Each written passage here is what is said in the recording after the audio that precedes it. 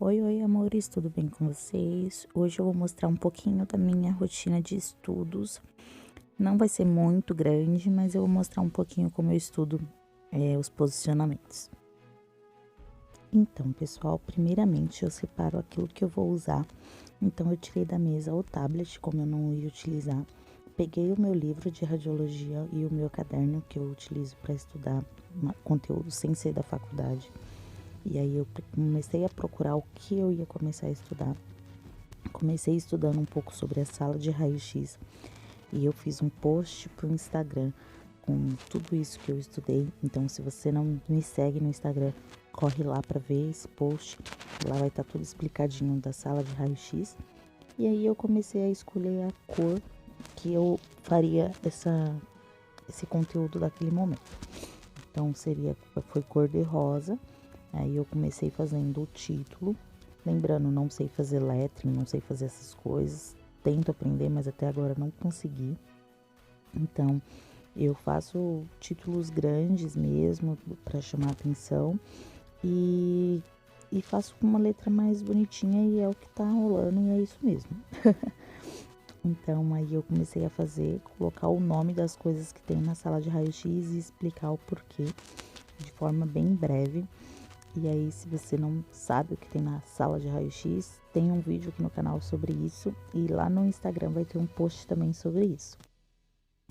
E aí eu comecei a escrever, fui escrevendo tudo direitinho, com bastante atenção para não escrever palavra trocada ou errar a palavra. Eu faço muito isso, e isso é normal, gente.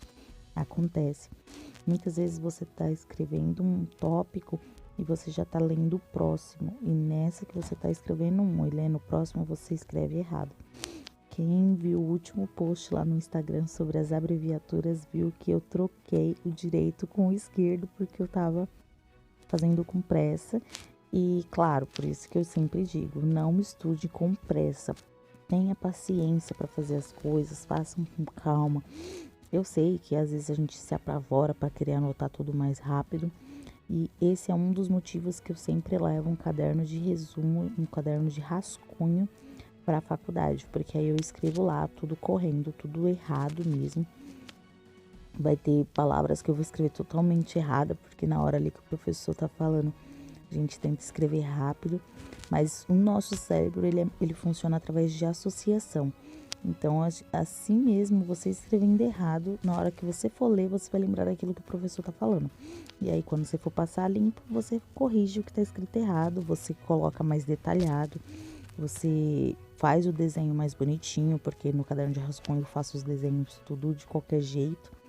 Então, isso é bem interessante, o uso do caderno de rascunho em sala de aula, principalmente para quem está na faculdade e principalmente se for faculdades da área da saúde, porque na área da saúde são muitas informações e normalmente os professores não ficam passando na lousa escrevendo, eles vão falando e vão contando experiências da vida deles dentro do hospital e acaba que você não consegue anotar totalmente tudo que eles estão falando e muito menos perfeitinho com a letra bonita. Então, usem caderno de rascunho. Eu super indico, super recomendo. Meu caderno começou a ficar muito mais organizado depois de fazer o caderno de rascunho. E antes de eu fazer caderno de rascunho, eu via que acontecia muito de eu escrever palavra errada e de eu colocar às vezes 2, 3 vezes a mesma coisa na matéria, porque o professor já tinha falado em outra aula, só que na hora da aula eu não lembrava e eu começava a anotar de novo e quando eu ia ver tinha conteúdo que estava marcado 2, 3 vezes no caderno. Sem necessidade, porque na hora de estudar você só precisa estudar esse conteúdo uma vez no contexto da matéria. Então, foi isso que eu comecei a utilizar e eu senti muita diferença e eu acho que vocês também vão gostar.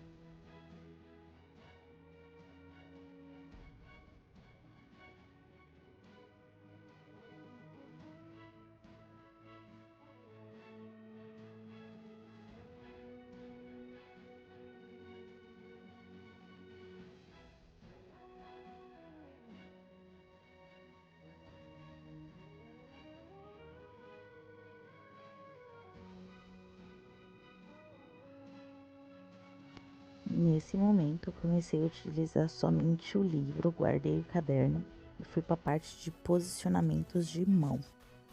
Eu estudo normalmente assim, eu tento ler o máximo possível para relembrar aquele posicionamento. Claro, aqueles que você fez mais, você nem vai precisar ler totalmente tudo para você lembrar. Eu sempre confiro as estruturas anatômicas que tá aparecendo nas imagens, me ajuda bastante a associar o que eu preciso ver na radiografia.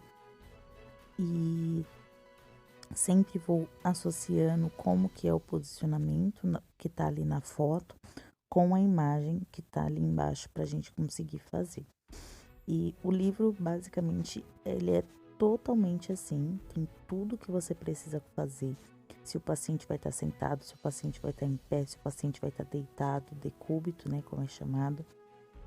O lado que você tem que fazer, por exemplo, no caso de radiografias de membro, você vai fazer para a rotação, como que você vai ter que fazer.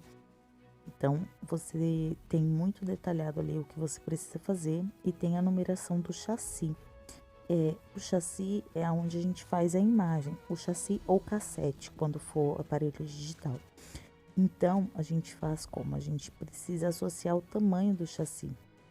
Normalmente, eu sempre pego um caderninho ou alguma coisa que tenha mais ou menos o tamanho do chassi. Por exemplo, essa minha agenda, ela tem o tamanho de um chassi 13, o 13 por 18, né? Que é o menorzinho de todos, normalmente utilizado para fazer dedo, mão ou punho. Se for homem, mão não dá para fazer.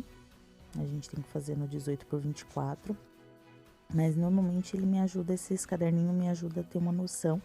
Como minha mão é pequena, eu consigo ter uma noção bem detalhada de como eu tenho que colocar a mão do paciente, de como eu tenho que posicionar o paciente.